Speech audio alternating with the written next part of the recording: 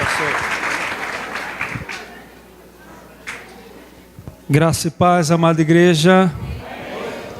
Quero desde já externar a minha alegria e a minha gratidão de estar convosco esta noite, cultuando a Deus, adorando ao nosso Deus, e também rever muitos amigos, irmãos aqui da caminhada cristã, outros que conhecemos e nem éramos ainda, da presença de Deus. E eu estou alegre, recebi esse convite do meu amado amigo Elias, para estar aqui hoje.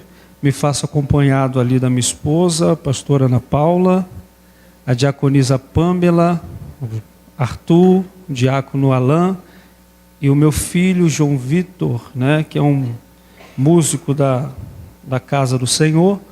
E eu estou realmente alegre, amém?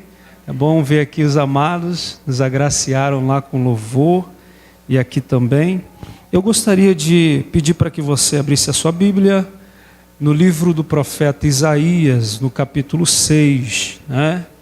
É um texto que provavelmente em quase todos os cultos que são direcionados a missões e evangelismo é lido, é citado, ou é numa expressão de louvor a Deus, de cântico, e é um texto que nós iremos analisar com bastante cuidado esta noite.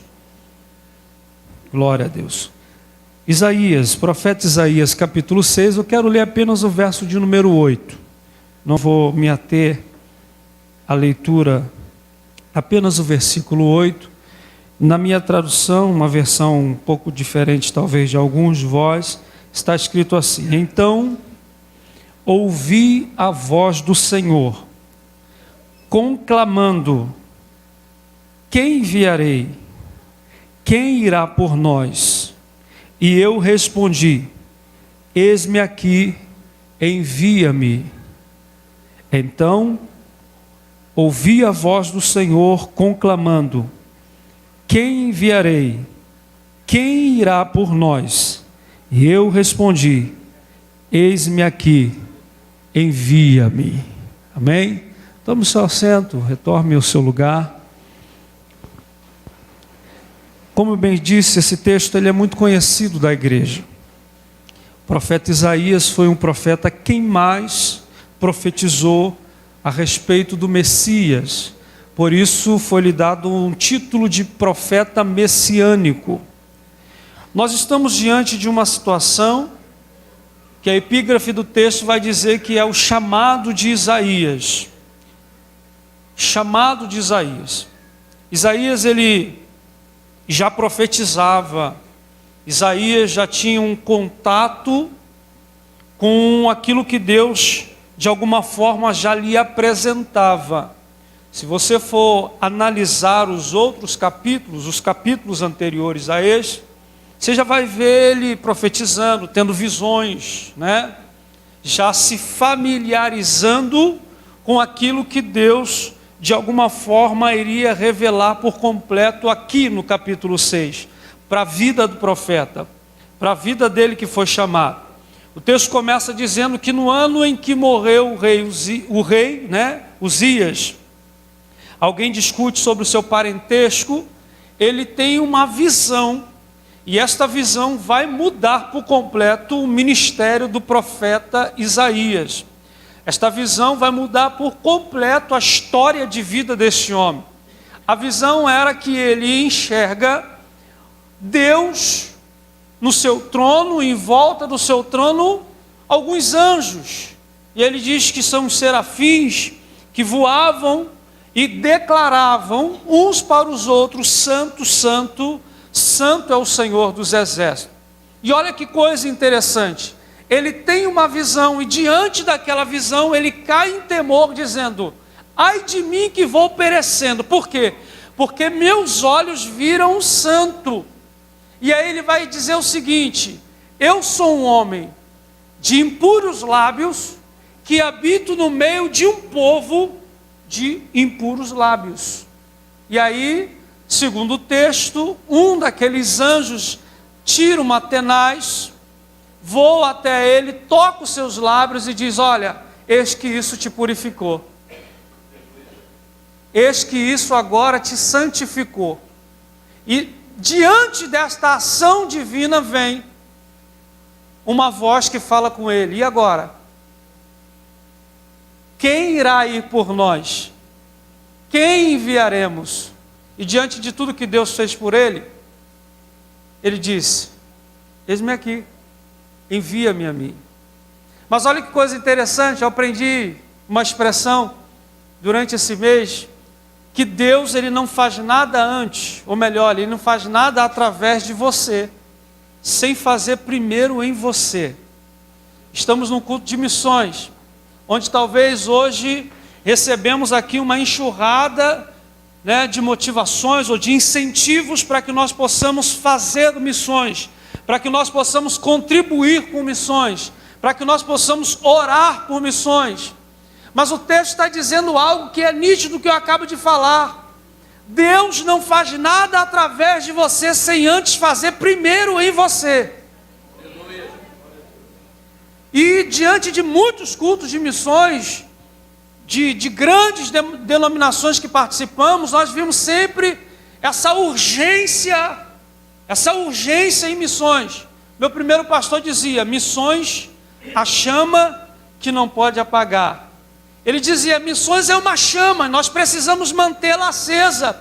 Mas olha que coisa interessante, estamos aqui diante de bandeiras de algumas nações que são representadas, de alguns continentes que aqui estão sendo representados.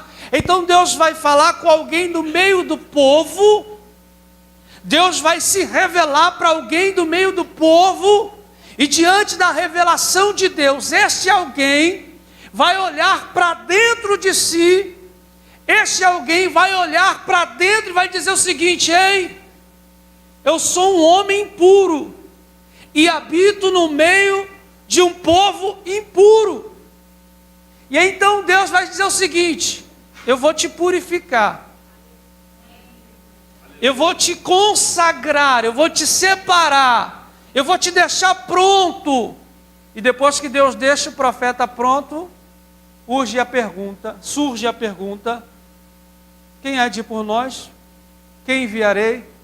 E depois que Deus fez nele, ele disse: agora está na hora de eu fazer por alguém.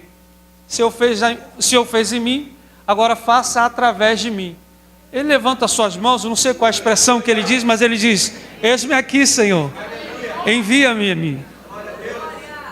Como quem quer dizer assim: eu já entendi, eu já compreendi a visão do sacro, a visão do sagrado, a visão do Deus único, poderoso, foi o suficiente para constranger alguém, para dizer: eu agora estou pronto para atender o teu chamado, eu agora estou pronto para ir, e não apenas para ir, eu estou pronto para que o Senhor faça através de mim o que o Senhor tem que fazer.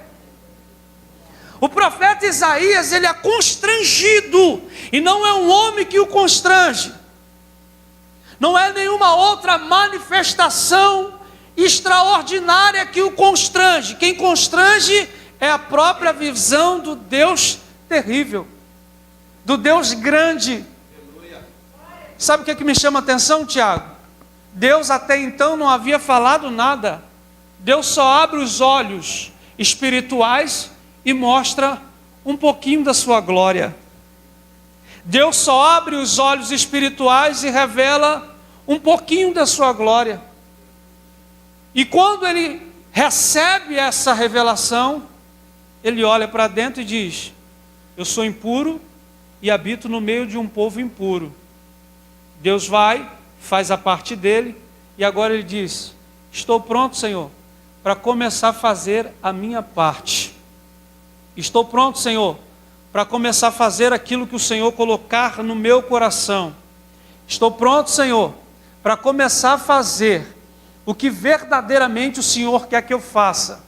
Agora, saber o que Deus quer e realizar na maneira que Deus quer é outra coisa. O profeta Jeremias, Ele se intitula ainda um menino quando foi chamado por Deus.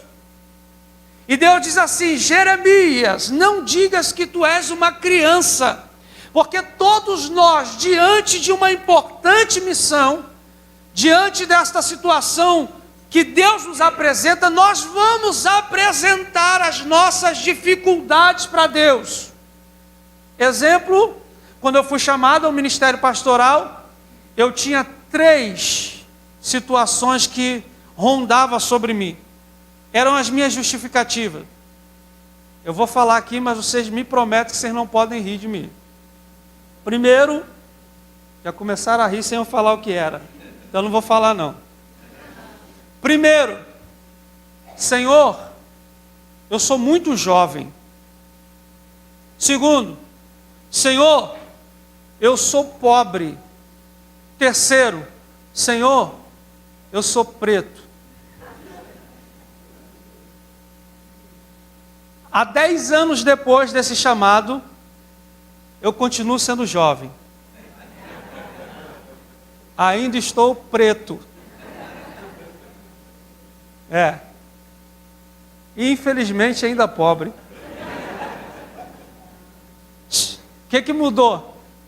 Mudou o que Ele fez em mim. E o que Ele está fazendo através de mim.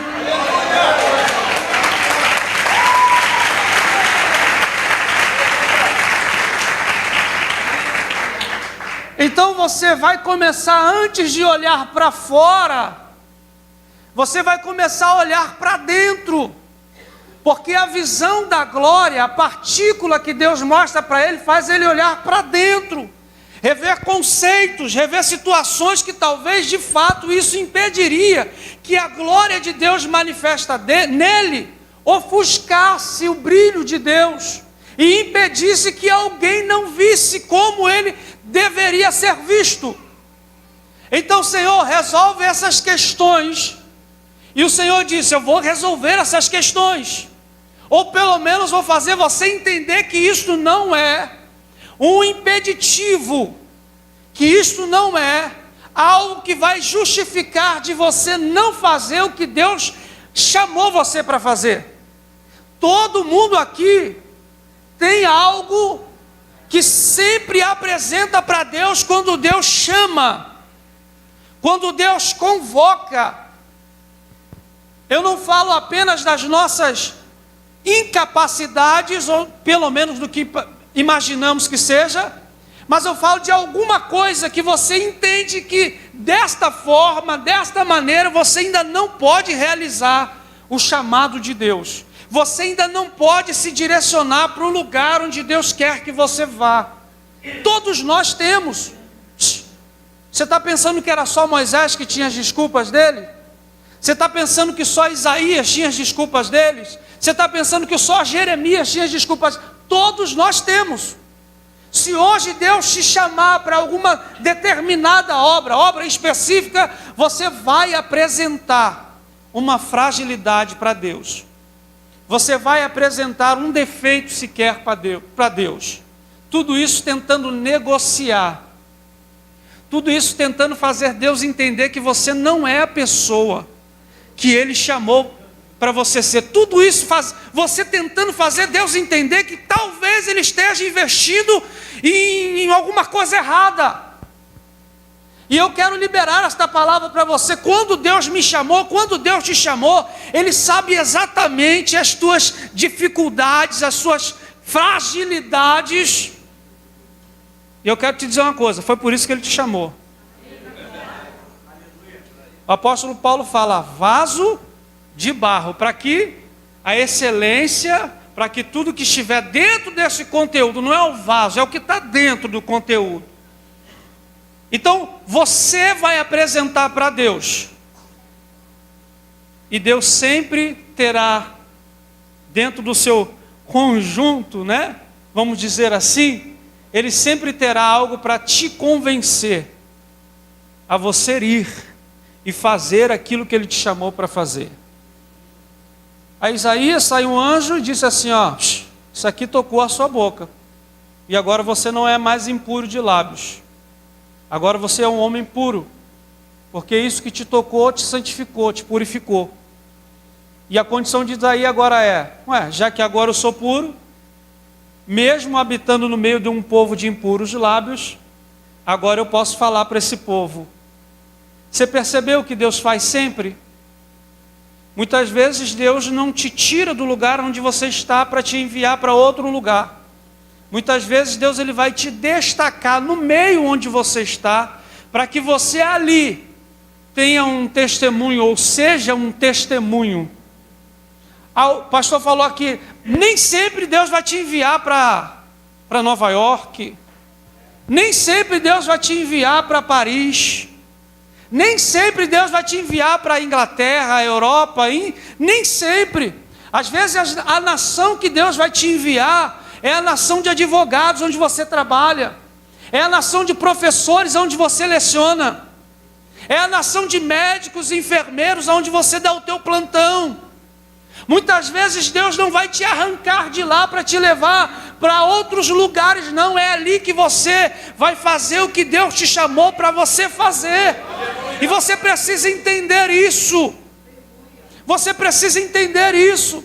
Porque às vezes quando se fala em missão, já foi falado, a tua mente te leva para outro país. Você diz, não, para outro país eu não vou. Te leva para outro estado. Não, para outros estados eu não vou. Mas experimentou já pensar que Deus quer começar na tua casa, que Deus quer começar na rua onde você mora, que Deus quer começar no bairro, que Deus quer começar no teu trabalho, que Deus quer começar na escola, que Deus quer começar na faculdade. Eu passei essa semana pesquisando sobre grandes evangelistas, homens que fizeram a diferença, que foram classificados até alguns como megas pregadores, homens que ganharam milhares e milhares de almas em cruzadas evangelísticas extraordinárias. E todos eles tinham uma dificuldade, todos eles tinham uma deficiência, e nada disso foi um motivo de impedi-los ou da ação divina chegar. Pesquisando sobre, eu vi uma história de um homem chamado Francisco Zapata, peruano. O repórter chega na casa dele para falar a respeito da condição dele, e aí ele começa a falar, só que Francisco está deitado sobre a cama e os seus pés estão no chão, porque o seu corpo é todo atrofiado, ele tem uma paralisia.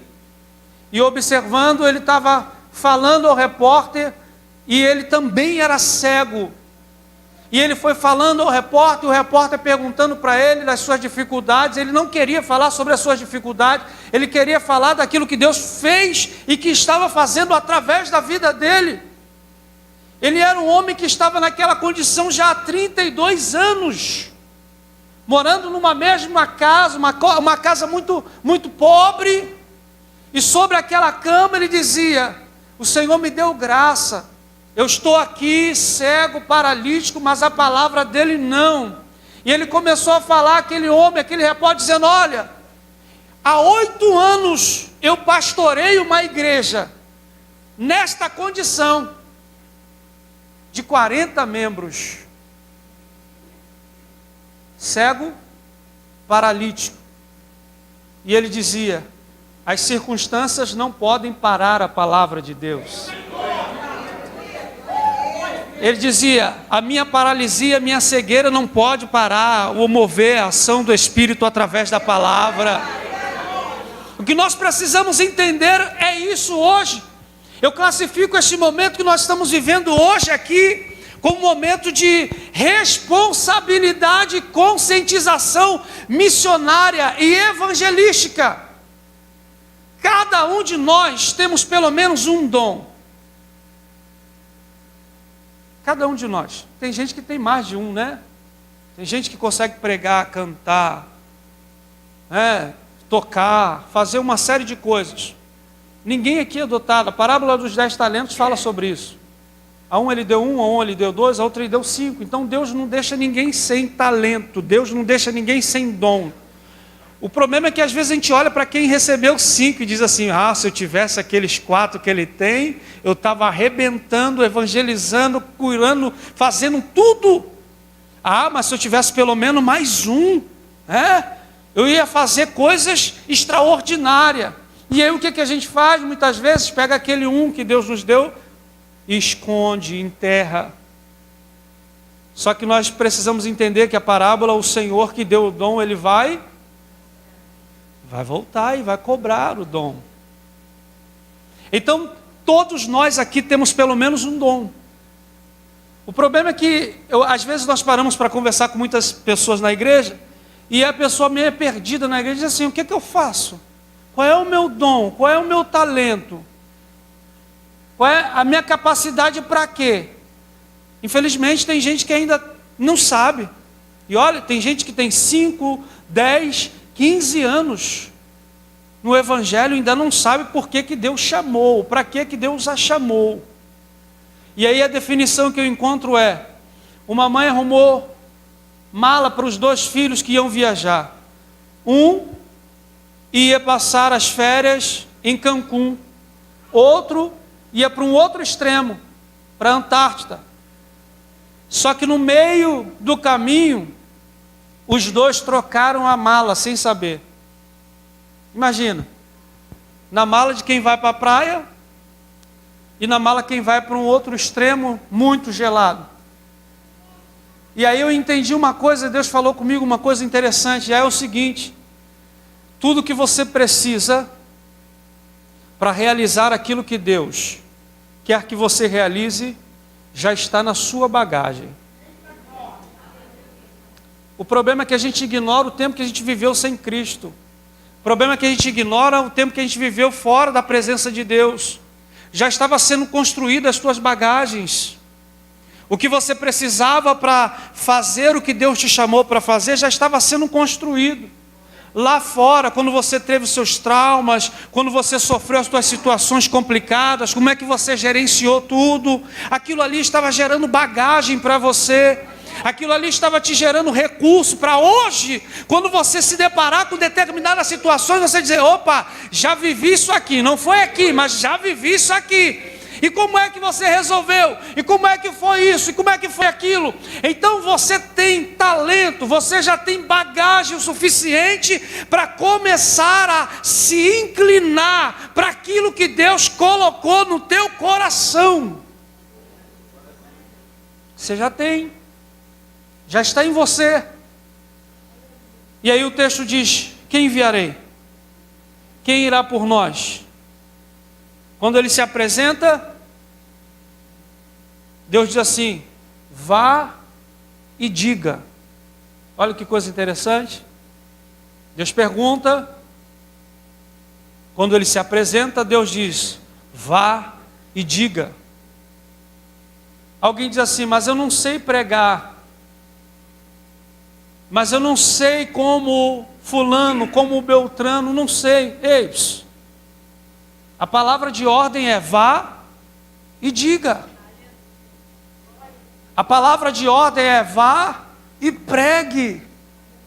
Você não precisa ter uma teologia apurada, você só precisa falar e testemunhar daquilo que Ele fez em você.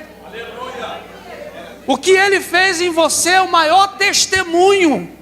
É maior do que o meu testemunho, é maior do que o testemunho da pessoa que está do teu lado. Por quê? Porque Ele fez em você. Então você vai falar com propriedade o que Ele fez em você. E isso é capaz de conquistar e de convencer qualquer pessoa. O teu testemunho, o que Ele fez de você, da onde Ele te tirou, de que mar Ele te tirou, te pescou. Isso é o maior testemunho. É maior do que o testemunho do pastor, do que o apóstolo Paulo. É maior do que o testemunho do que Pedro. Porque você vai falar com propriedade. Você vai falar com propriedade. Você mais do que ninguém sabe o que Deus fez em você. Aí, irmãos, o profeta Isaías chegou a andar nu pela cidade por alguns anos. Por quê? Porque Deus já havia feito nele. Não tinha mensagem verbal, eu vou ser aqui uma espécie de material humano para que Deus possa falar através de mim. E todo mundo que olhava o profeta Nuto, esse cara está doido. Não, é assim que Deus está vendo vocês. É assim que Deus está refletindo, que vocês estão refletindo a Deus. Então você já tem bagagem suficiente, o teu testemunho é suficiente para convencer alguém. Aleluia. Aí eu falo igual o apóstolo Paulo, se é que, de fato, Deus fez. Se Ele fez, essa é a maior pregação. Se Ele fez, o teu testemunho é a maior pregação. E aí Ele dá uma ordem: vá e pregue. Obrigado, querido. Vá e pregue. Vá e anuncie. Vá e diga. Porque já foi falado aqui, fazia parte aqui também do meu esboço. Existem 3 maneiras de você fazer missões. Oramos por missões, ou pelos que estão no campo missionário. Também contribuímos de alguma forma com recursos para missões, para que alguém que esteja no campo missionário tenha recurso para cuidar das vidas que lá estão. E o maior de todos talvez seria você ir para quem tem chamado, é claro, né? Não adianta também querer se aventurar, porque pega isso, missões não tem lugar para aventureiros. Missões só faz quem realmente foi chamado para fazer. Só vai ao campo quem foi realmente chamado para ir. Porque tem coisas lá. Eu só não fui ainda em algumas situações porque Deus está preparando minha casa. Porque missionário, meu irmão, eu acho que eu já nasci missionário. De tantas privações e situações que nós vivemos, já nascemos missionários. Mas Deus está preparando a minha casa para a gente ir para alguns campos missionários. Porque nós entendemos também isso, a chamada.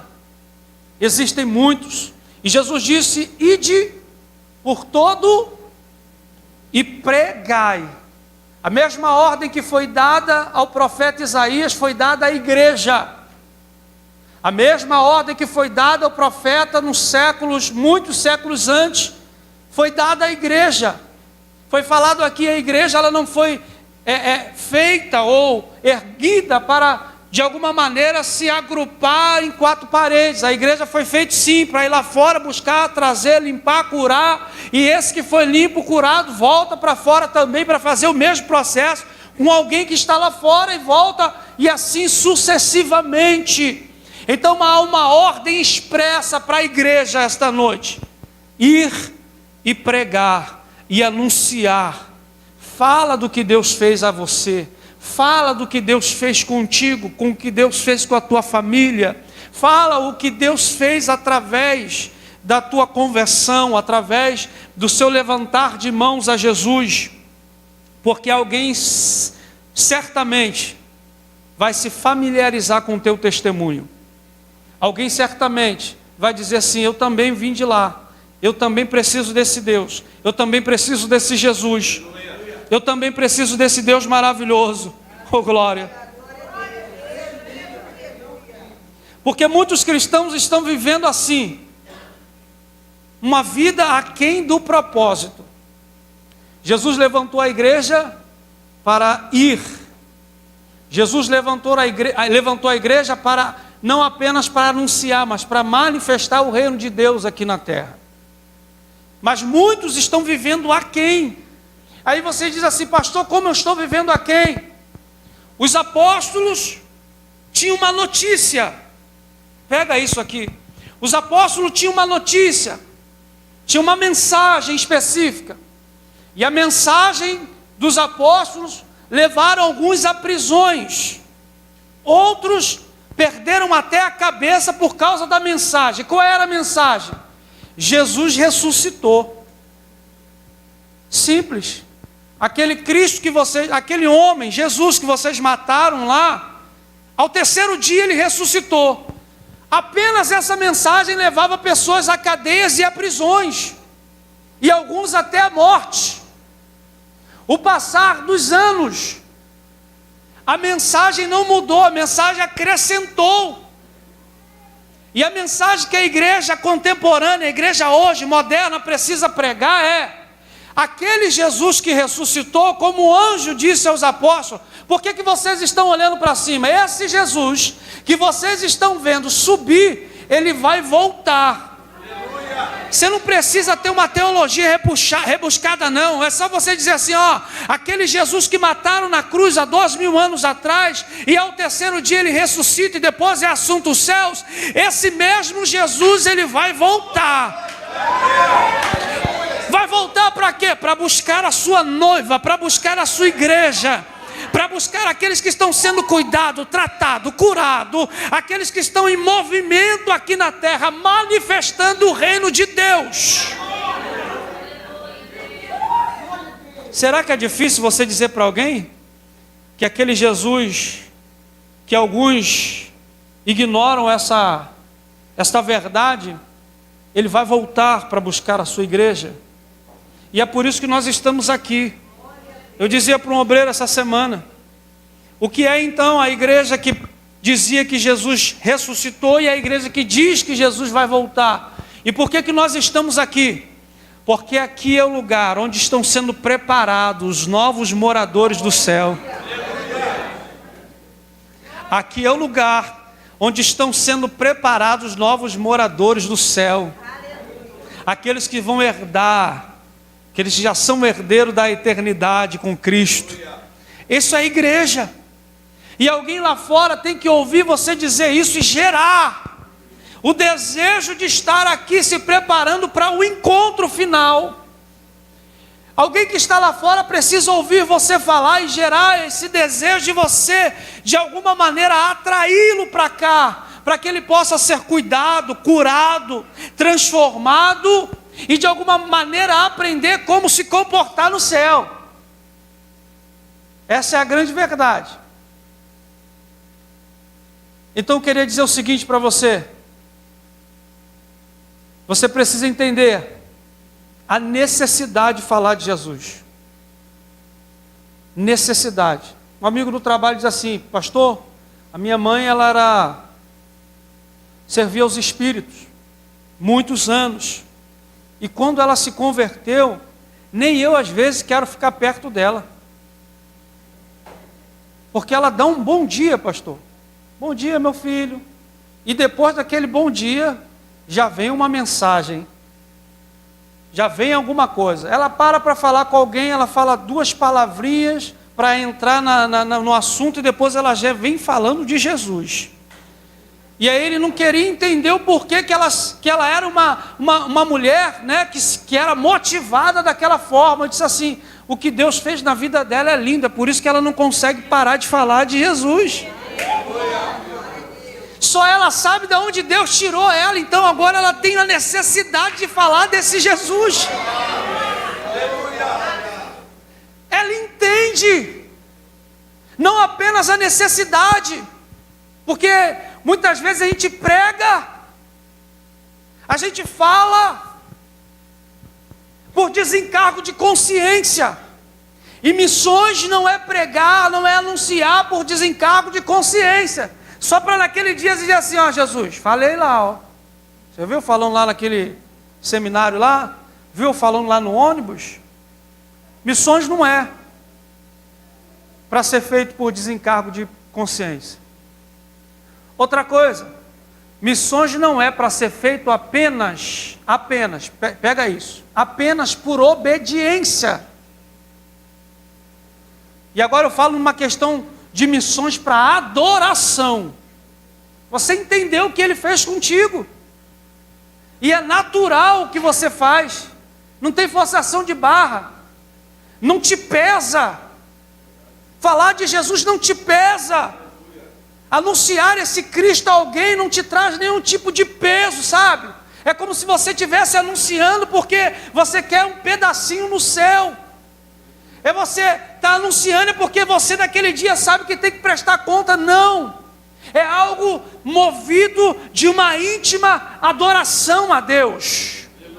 Você entendeu o que Ele fez em você, e o que Ele fez em você é tão maravilhoso, que você quer que alguém, o vizinho do lado também tenha isso. Você quer que o lá da ponta da tua casa também queira isso.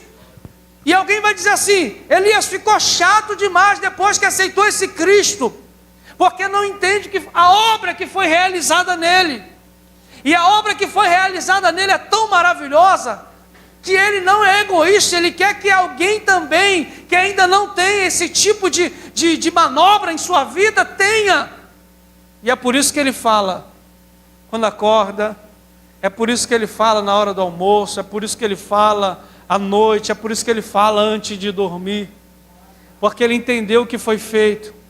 Só ele compreendeu o que está sendo realizado no coração dele. Ô glória! Gera uma necessidade de falar, queridos. Também quando você sabe que existem pessoas que precisam ouvir falar de Jesus.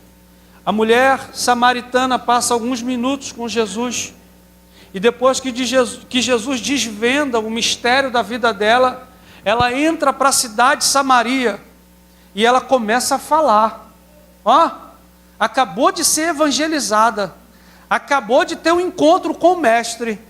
Logo aqui eu aprendo o seguinte: você não tem que ter 40 anos de banco de igreja para poder começar a falar de Jesus. Ela acabou de ter um encontro, ela entra, vai à cidade e começa a anunciar. Ela, sendo mulher, não podia nem se reportar a homens, mas ela vai pregar, porque foi gerado nela aquele rio que Jesus diz, né? O rio de água vivas. Ela começa a pregar, e os homens dão atenção para ela.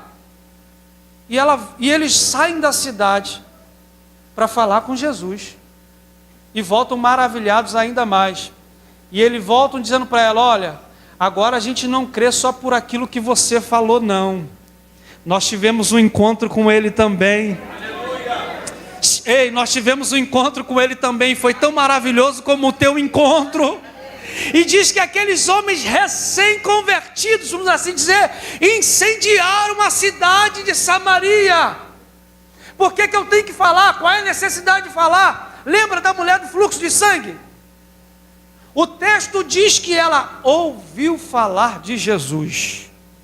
12 anos, carregando uma enfermidade, indo a médicos e médicos. E o texto diz: indo, porém, de mal a pior, perdendo tudo.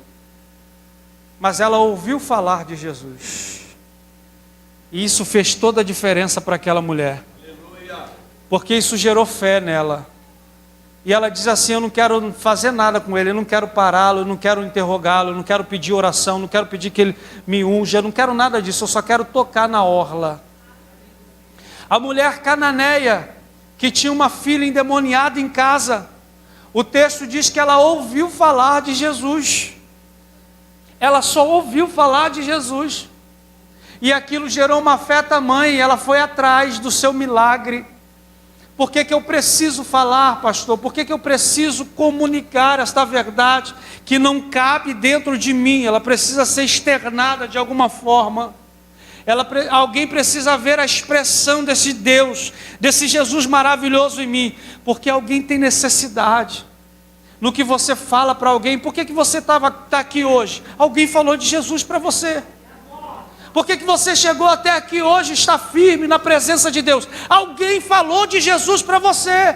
Às vezes com todas as limitações e até maiores do que tinham na época, mas falaram de Jesus. Às vezes passando por problemas e dificuldades maiores do que aquela pessoa estava passando, mas diz assim: ó, Jesus vai dar jeito nisso, vem para Ele.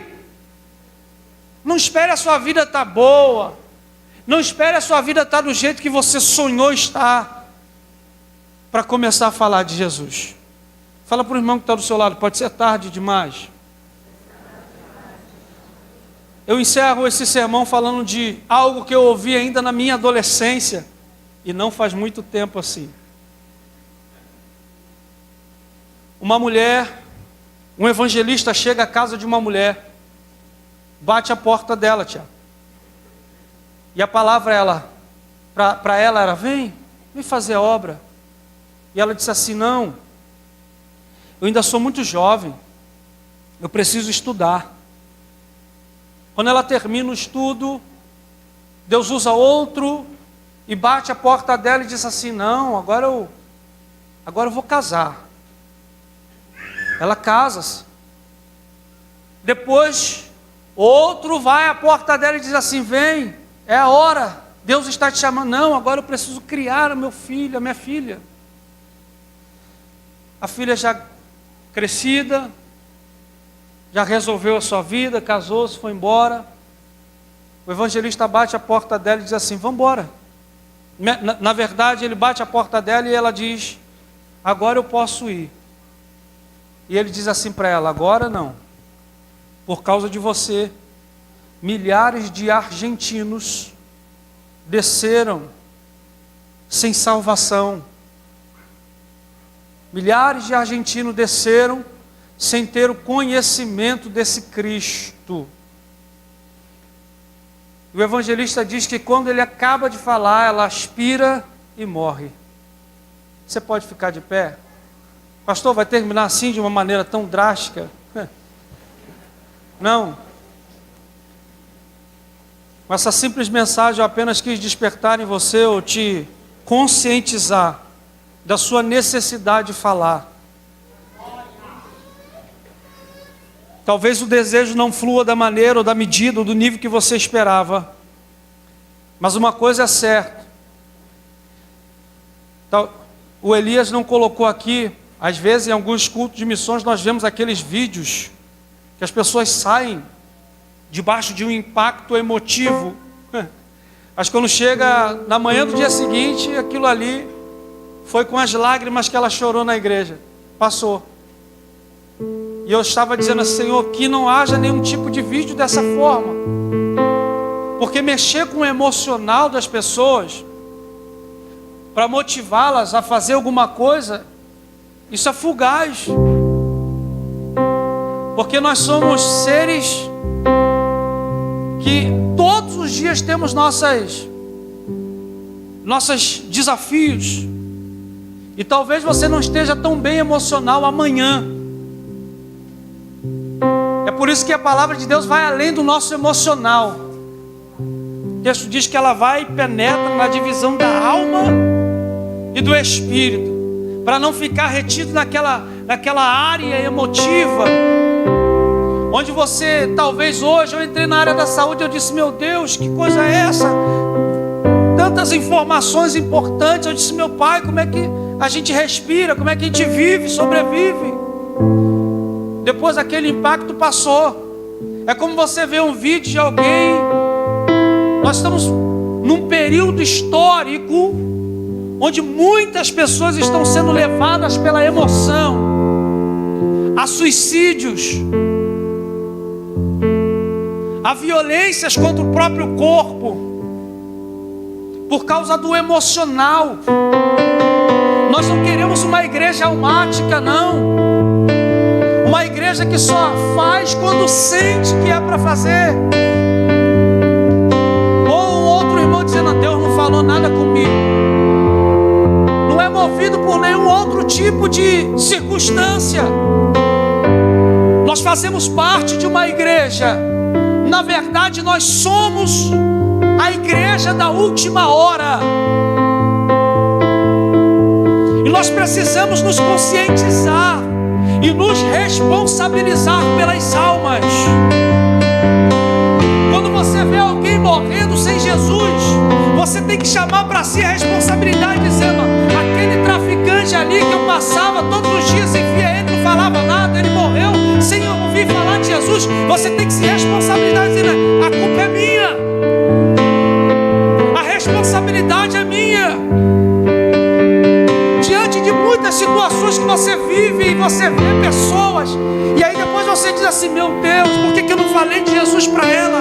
Por que eu não falei de Jesus para ele? Tem que ter esse peso na tua alma, no teu espírito.